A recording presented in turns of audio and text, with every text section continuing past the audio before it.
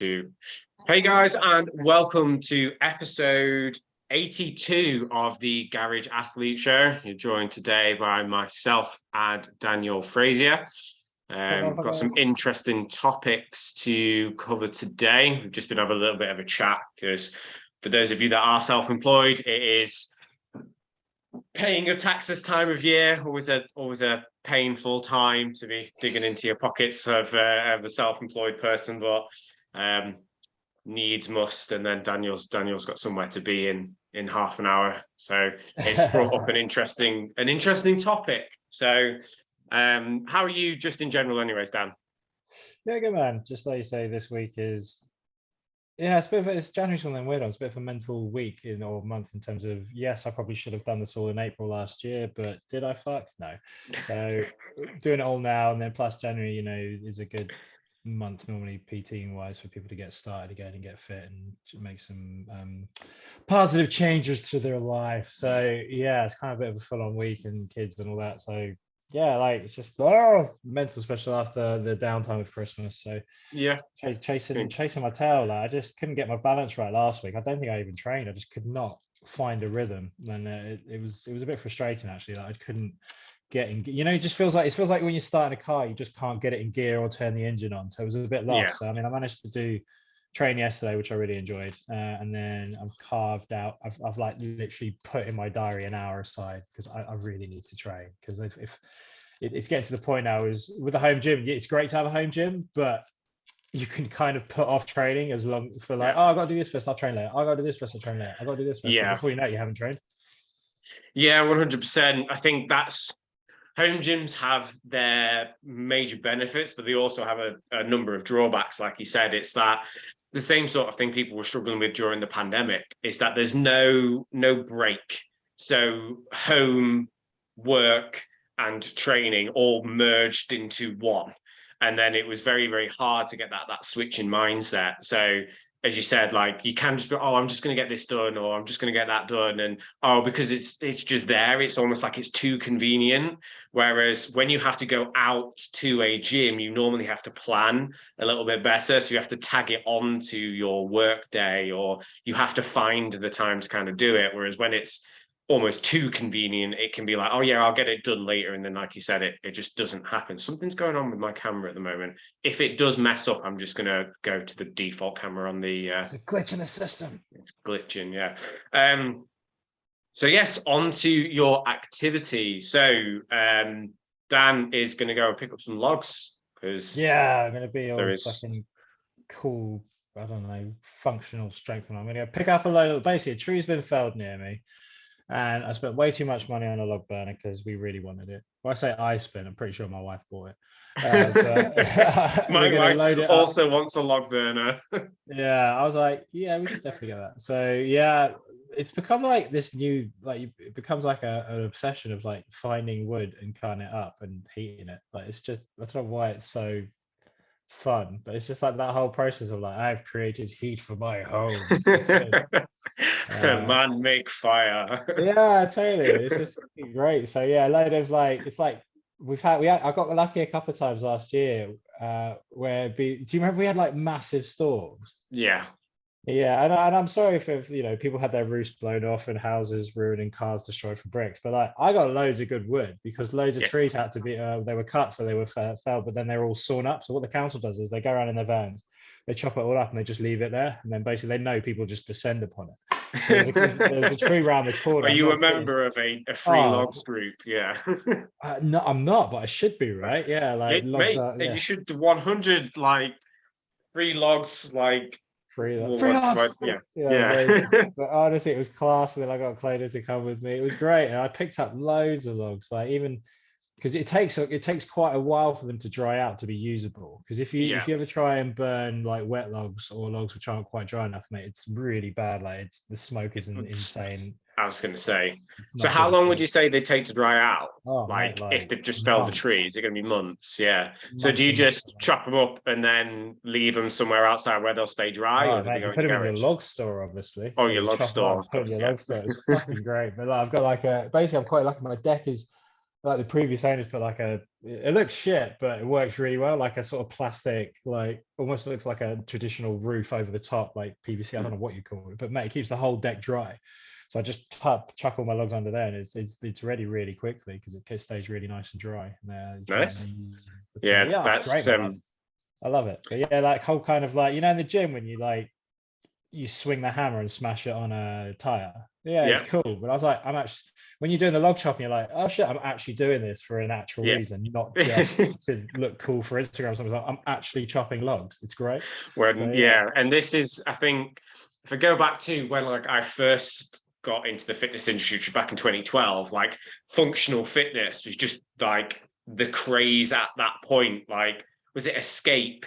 Like every gym in the country had an Escape rig, and they had like those tires and the fucking Bulgarian bags and everything like that. And it was almost like trainers were afraid to actually get their clients under a bar for a period of time because everything had to be functional. It had to be going back to like the caveman days and training like you were, well, training like it was 2000 years ago. Whereas now people understand that it's a tool in the toolbox. However, just getting fucking strong is, and then adding in some functional as like the cream on the top is probably going to work better than just always training with sandbags. Yeah, I think you're right. Like, if you break it down, like you see some like girls and guys in incredible shape doing these Instagram home workouts where it's like a few swings and they go for a crawl and lunge and stuff. I was like, was your body actually built doing this kettlebell swing, or have you been spent years bodybuilding, which is almost like a dirty word, isn't it? And it's like, Yeah.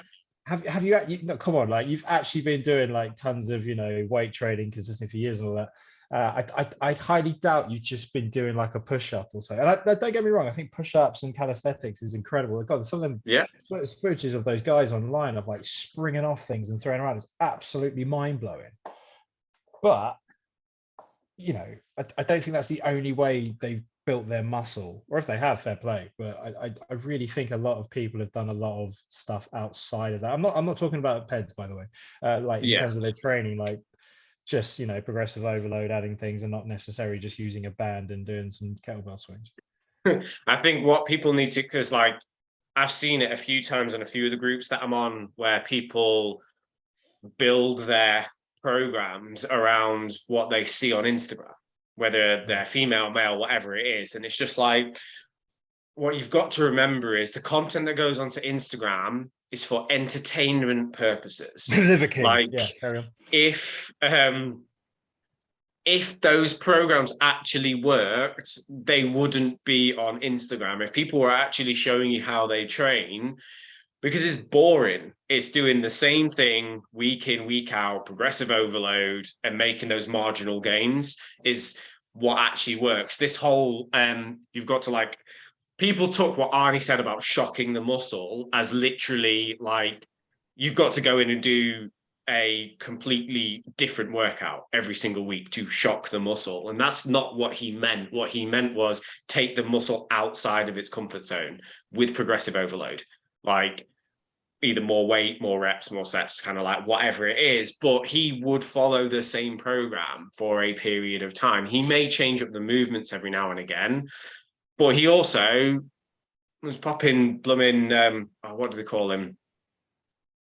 Yeah, they're obviously, even in the 70s, they were on steroids. Like they could train for 2 to 3 hours at a time, twice a day, and be able to get away with it. The average person can't do that. So it's one of those things that anything you see on Instagram, take with a grain of salt and just be like, okay, is there an exercise in there that I like that I could implement into my program? But that person's physique probably wasn't built doing these Instagram workouts. It was probably built doing the same basic shit that the people that actually want you to get results are telling you to do. It's just not entertaining for social media. Yeah, no, I agree. Yeah, I was reading earlier. I was like I don't know how you do your training, but like for example, my arms, like if I'm doing, let's have a think. I'm pretty boring in terms of I'll do like, so let's say I'm talking about tricep work in here. So say on a push session, like before I've gone to my tricep isolation, I've already done 8 sets of pressing of work, 8 work sets of pressing, which is uses a lot of triceps as well. Specifically if you're going, the full range of motion, big using a decent amount of weight, you're getting a lot of tricep involvement as well. So by the time I come to a triceps, I'm probably only doing another like 3 sets, but then that's kind of like 3 direct working sets. But then add that onto this stuff. What's that like? Oh, it was 11 sets? Is it what like of work? Yeah. So that's like it adds up quite a lot. But I was like, some people's programs doing like 8 sets of curls and stuff like that. I was like, how have you got the energy to do 8 sets of curls if you've done all the other pressing and stuff? Or they just not doing it? So, well, what it is that the amount of weight that they can then use is what's called junk volume. Like Mm, they're just throwing volume in there and it's not really productive. And all that they're doing is they're digging their recovery into more of a hole. And then yeah. if they're running a calorie deficit at the same time, then they're not going to be able to recover from it. I found, like, for me at the moment, like my goal is to bring up my upper body. Like that's what the judges told me to do. So like my program at the moment is pull, push, day off, legs, upper body, which is predominantly a pull workout. It's mostly back, a little bit of chest on that one, and then shoulders and arms on the Saturday workout. So like I am getting a quite a lot of volume. However, on my push and pull day earlier on in the week, I flip my biceps and triceps. So Okay. on the pull workout, I do a little bit of triceps work. I might have 4 working sets of triceps work at the end of my pull workout, and then vice versa on the push workout, so that I'm not just absolutely annihilating my arms in that session, but it means then I get 3 sessions a week worth of volume on my arms, Mm, because triceps get done Monday and then they get a big push session on Tuesday, but they're not getting hit individually, kind of like yeah. they're not getting isolated on the Tuesday, and then they get hit again on the Saturday in my like arms and shoulders day. Yeah, yeah. No, I'm a big one on that. I'm quite that's my feeling like when if I'm doing a pull session, I'm like, you're still using your arms, whether you like it or not, on a pull up or pull down or anything like that. Yes, you want to do it your technique in a way where you're working more of your lats, but you're still getting some arm involvement there. So although you're not doing like direct sets, you're still getting quite a lot of work put in. Like there's some people that still subscribe to the feeling of you don't need direct arm work, that you get built enough in press and all that. And I would disagree, but you can still have a decent set of pipes without doing curls, if you get me. But it does go to another level when you what do you call it, when you do direct arm work, because I never did enough direct arm work, and specifically the long head of the tricep, but I didn't do enough skull crushes or press downs or anything like that. And I've noticed since I've put them in, they've certainly the shape of the arms changed that a little bit. You see, oh fuck it, you have to, Yeah. if you want to, if you want to build arms, you train arms. There's a reason why people train Yeah. arms, because you have to train arms. Like you can't just get it indirectly. You can get it to it builds your base, I think, but you need to do that direct arm work. So just throwing it, this is where bodybuilding is really rewarding in the way you do see the muscle sort of change. Like when you do the strength focus training, you can have an amazing physique, and I think most people probably should stick to just trying to get stronger for the first few years, because you can certainly build an amazing physique just with the big 3, or your version of the big 3, whatever that is. But when you start sprinkling this other stuff in, you do kind of your physique, it might not even be that you gain any extra weight or anything like that, but you certainly just look a little different, like the way your body is. Like I never did any incline pressing really when I was benching, and I benched some decent okay numbers.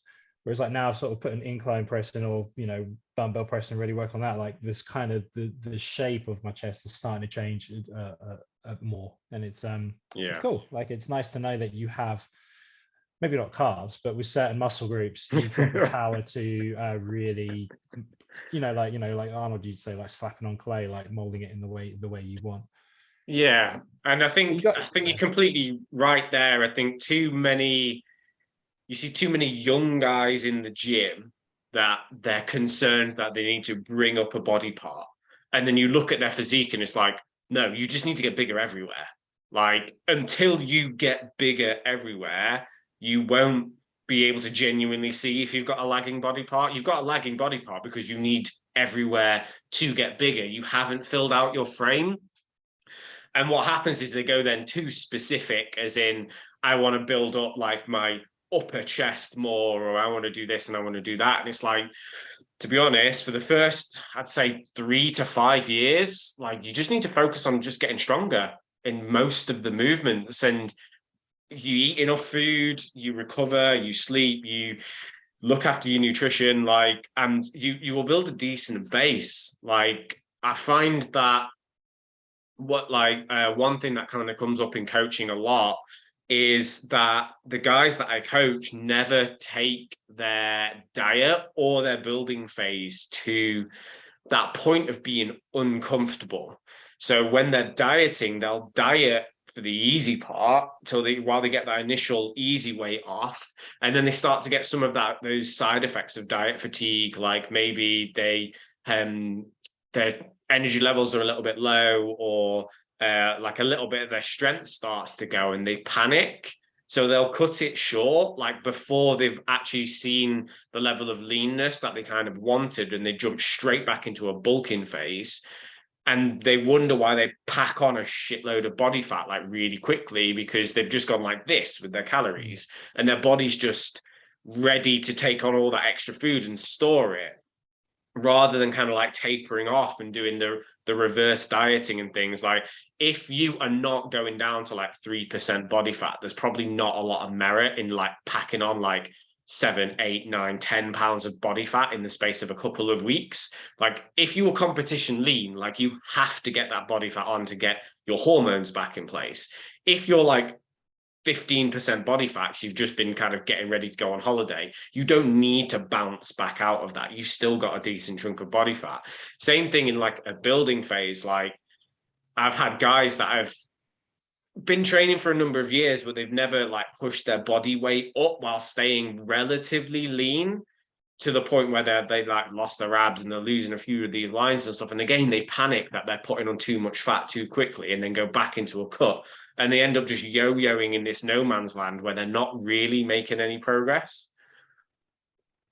Yeah, no, there's a lot to be said about doing periods of maintenance, because it sounds boring. It sounds like you're not going anywhere, you're not doing anything, you're not improving yourself. But those periods of maintenance really set up the next phase of growth or fat loss. Like, they 100%. really help it and set it up. And I think a lot can be said about, slowly bumping up your calories and avoiding sort of mass weight gain after a shred. Say if you get like really lean, like we're getting down to under 10%, when you build back up, when you go to maintenance, you might put a couple of pounds back on, but it's the difference between putting a couple of pounds back on and gaining everything you've had back on and feeling miserable, and then going back to dieting again when you should be bulking because your physique's not really going to improve. I mean, I know for a lot of people that kind of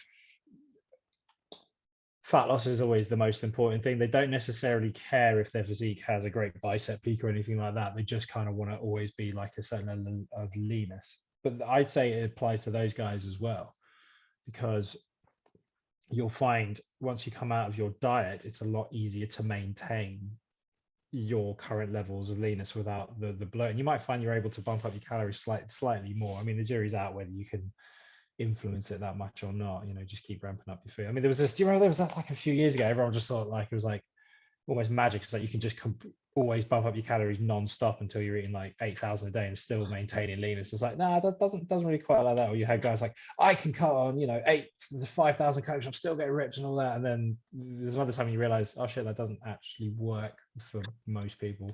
You still have to cut quite a lot of naughties. Like, people don't have to eat as much as they think they do, man. Like, they really don't. Like, it says me, fucking king of eating and binge eating and mass food consumption, but you really don't.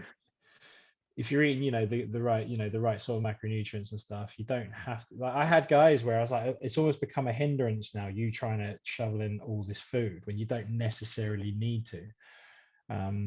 Not for everyone, but like some guys in particular, I was like, you don't have to have this like 5,000-6,000 calorie a day maintenance diet you could certainly dip down. It was getting to the point where at the end of the day, they're like drinking cream and stuff like that. And I was like, just leave your I calories, think save it for another day, man. I think the most I've pushed somebody's calories to with like Gen Pop is about 4,000, but he was like 6'4", Mm. and like over 100 kilos, like very lean. So he needed a lot of food. He was literally like his bones were empty. So he needed a lot of food, but he used to struggle. And like we had to put calorie dense foods in there. Like he had to have, like he was having like 100 grams of granola for breakfast. And people like think about granola as being healthy, but it's super calorie dense, like ridiculously. Same thing with like those marshmallow squares. Like one of those is about 40 grams of carbs, and a lot of that is sugar. You'd have 2 of those post workout, and people would look at that and go, "Oh, I can't eat that because it's not healthy." It's like you've got 4,500 calories to eat. Like you can get away with having some of these things that are going to digest super quickly and not be sat in your stomach for hours, or else you're going to really struggle to get this food in. Like he was one of those by the time. So when I'm coaching somebody, they normally go through 3 phases. They normally go through the initial diet phase where we pull them down to like a manageable level of body fat. We'll then go into a transition into a building phase. So they'll have a period of maintenance and then transition into a building phase, which is normally twice as long as the dieting phase. And then we'll have what's called the tidy up diet, which is where obviously during the building phase, we've built up their food to a nice place. And then the tidy up will just pull out a little bit of food, increase their activity, and they end up on way more food than they were when they first started. But they're just chipping away at that body fat at a nice rate. And that's where they can kind of like maintain. Like by the time they get to that tidy up diet, 1, they've eaten plenty of food, and 2, they're ready to have a bit of a rest from the excessive amounts of food that's kind of like needing to go in. And I just find it helps reset people's relationship with food and with dieting, as in that they don't have to be right day 1 cutting 1,500 calories out of what they're doing, and they're smashing cardio 4 or 5 days a week, and they're training really, really hard. You don't need to be that extreme, but you've got to get the foundations in place beforehand of when you're doing like your building, to then be able to diet like in a more comfortable place. Yeah. It's a comfortable place, but yeah, you have a comfortable dieting, I guess. I guess you can be comfortable dieting, but I think there needs to be like you have to get used to being slightly uncomfortable and actually feeling hungry on a diet. Like it is, Yeah. you kind of, not we're not talking like extreme hunger pangs or anything like that, but you kind You of should have to probably eat be going to something. bed being like, you know what, I could eat something. Yeah, I'm a big fan of that. That's kind of why I kind of, if I'm doing, I say, well, the majority of the time, I'll kind of stop eating quite early on, like say 6 or 7, I'll stop eating. And you do go to bed that little hungry, and you kind of wake up all right. If you have a black coffee, you're fine. But you should have that little bit like, oh, I'm a little bit hungry. But you don't always need to be like, I mean, you don't always have to feel really full all the time. It's okay to be hungry. Like Yeah. it is okay, Yeah, I think it's something that we've trained ourselves to eat regularly. Like this is the whole like argument for like intermittent fasters and stuff, isn't it? That our body's not designed to eat 3 or 4 meals throughout the day. It's designed to have a decent chunk of food and then go for periods of time without eating. Because when we were hunter-gatherers, that's what we do. Like you look at what lions out on the Sahara or anything, they're not going to be eating 3 meals a day. They're going to go, they're going to hunt, they're going to eat, and then they might not eat again for another couple of days, and then they're going to go, they're going to hunt, and it is intermittent. And same thing with, well, I'm guessing herbivores kind of like graze more, but one of the reasons why we are dominant as a species is we can eat both. So I think it's one of those things where I think having periods of time where you are resting your digestive system probably is a good idea. Whether I agree with like entire day fasts or these guys that go for like 2, 3, 4, 5 days without food, like I'm still not convinced on that. There's a lot of research, but at the end of the day, like whatever you decide your opinion is, you can always find research that backs it up. So I'm very much of the thing of, I know if I don't eat for an entire day, I'm probably going to end up binging on the other side of that. Just that's the type of person I am. So it doesn't work for me. I know it will work for some people, and some people have amazing, almost like spiritual, like experiences when they don't eat for like 2 or 3 days or whatever it is, and that's kind of like each to their own. Yeah, no, there's some guys who like you ever notice people that are like into fasting are like really into fasting, Yeah, and like people that are into ice baths are really into ice baths.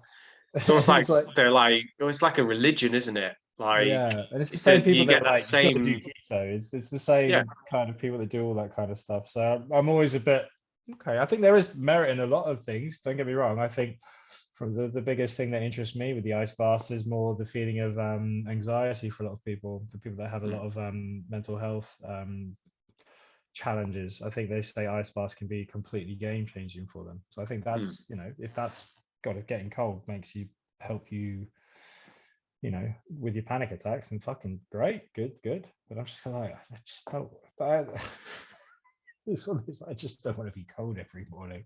I live in the northeast. It's fucking freezing, and I hardly put my heating on now because it's too fucking expensive. So I'm just like, I don't want a cold shower.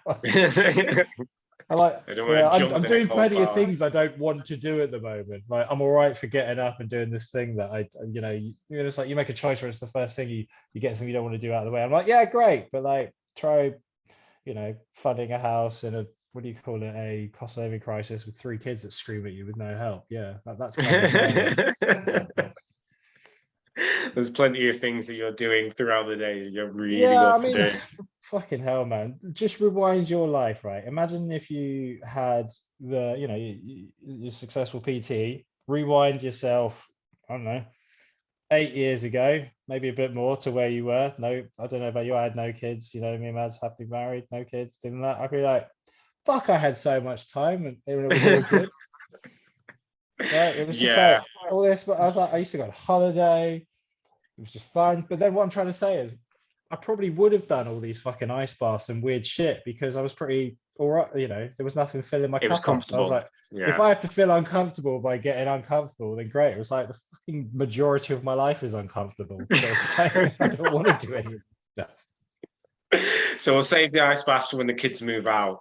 Oh yeah, I saw a great quote the other day. It was like my morning routine is, I get up, I meditate, I have an ice bath, you know, I look at the sun, I journal, and then I go to work in the company my dad founded. And I was like, that's very cool. It sort of gives an insight to it, makes me laugh. But you know, I'm not knocking it completely because, you know, one that comes to mind is Steph Cohen did a post, not saying it's really changed her life with her panic attacks, being like doing the ice baths and getting in and out.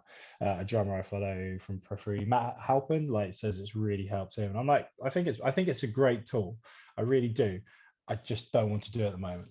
But then again, if I live right on the coast, getting in the sea, like I've done it a few times, is so, by the way, getting in the sea when it's cold is so much better than a cold shower. Cold showers just feel another level of hurt. Whereas for some Yeah. reason, getting submerged doesn't, it just feels, I I don't know think if it's it's my head thing. because it's your whole body and you know it's going to be fucking cold. You digging yourself up and you just run in and dive in. Whereas with a cold shower, like it's not even your entire body that is in the cold shower. So you've just got a really cold bit and then your nuts disappear. And then do I put my head under it or do I just have it on my chest? Like that's why I think the ice baths are probably better than a cold shower because it is kind of going in, getting your chest underneath, control your breathing, that kind of stuff. And like you said, it's one of those things that I think I may try in the future.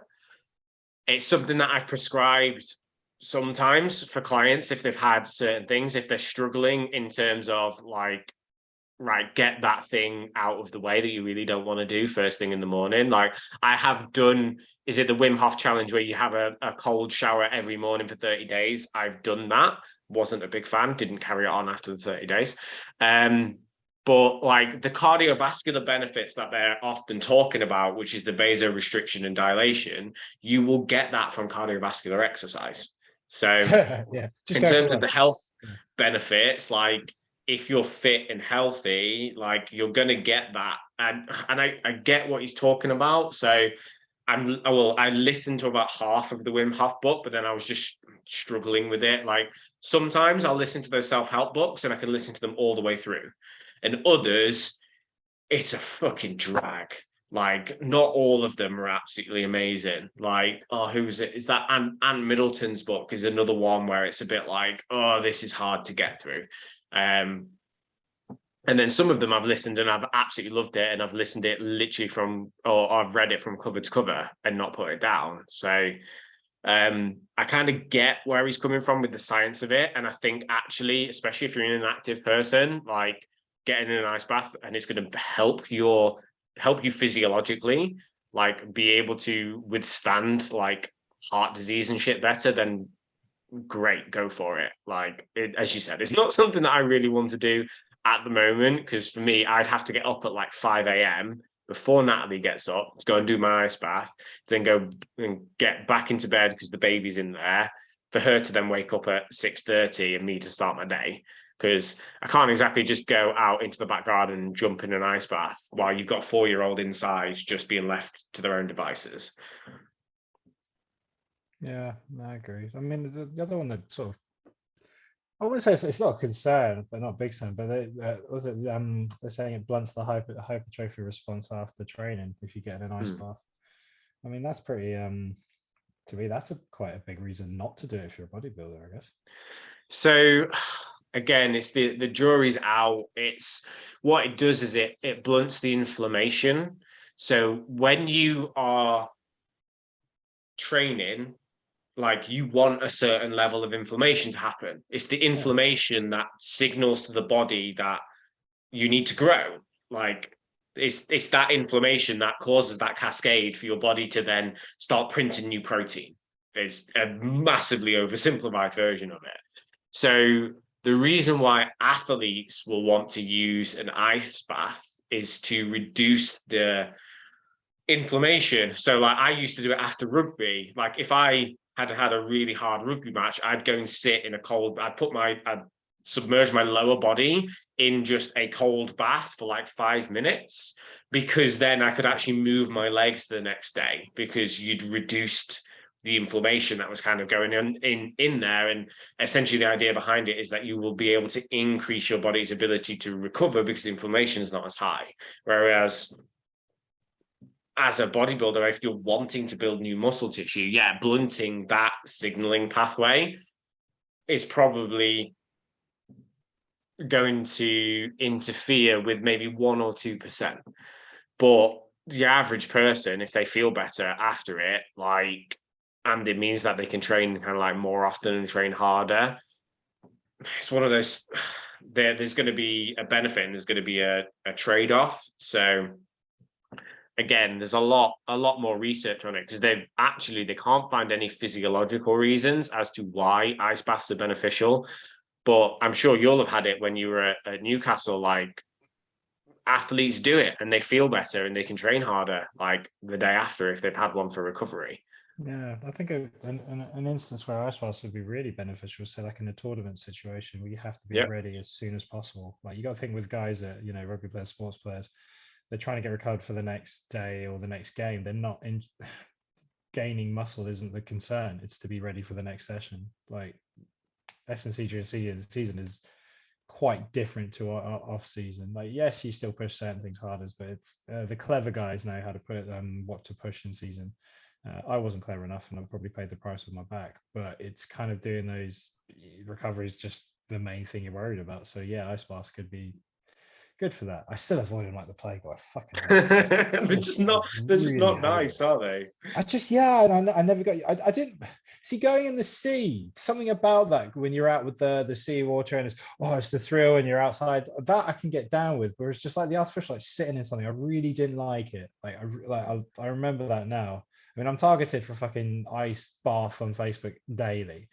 And I'm just like, I just don't want one. Leave me alone. Whereas if you click the 3 dots and say I'm not interested on like 2 or 3 of those adverts, they'll stop appearing in your feed. I need to do that with everything. My social media has literally just become one giant business pitch. I'm like, all it is fucking companies like buy this, buy this, buy this. I'm like, God, you really are wanting me to buy this, aren't you? Right. So I know you need to dash. So where can the guys find you if they want to see any more of your content? By the lake in Kenilworth picking up trees. No, Buffers and Bees on Instagram, and what do you call it? Dan Fraser on Facebook. So, and I am the dad bod coach, the dad bod _ coach. Somebody got that wrong the other day and couldn't find me. So it's been great to chat to you, dude. And the next episode I've got, I'm actually interviewing the guy from Arctic Berg on Thursday or Friday. So any of you guys that are watching this, you should get 2 episodes dropped this week. Should be quite interesting. And I will speak to you next week, dude. Take care, mate. No worries. Bye.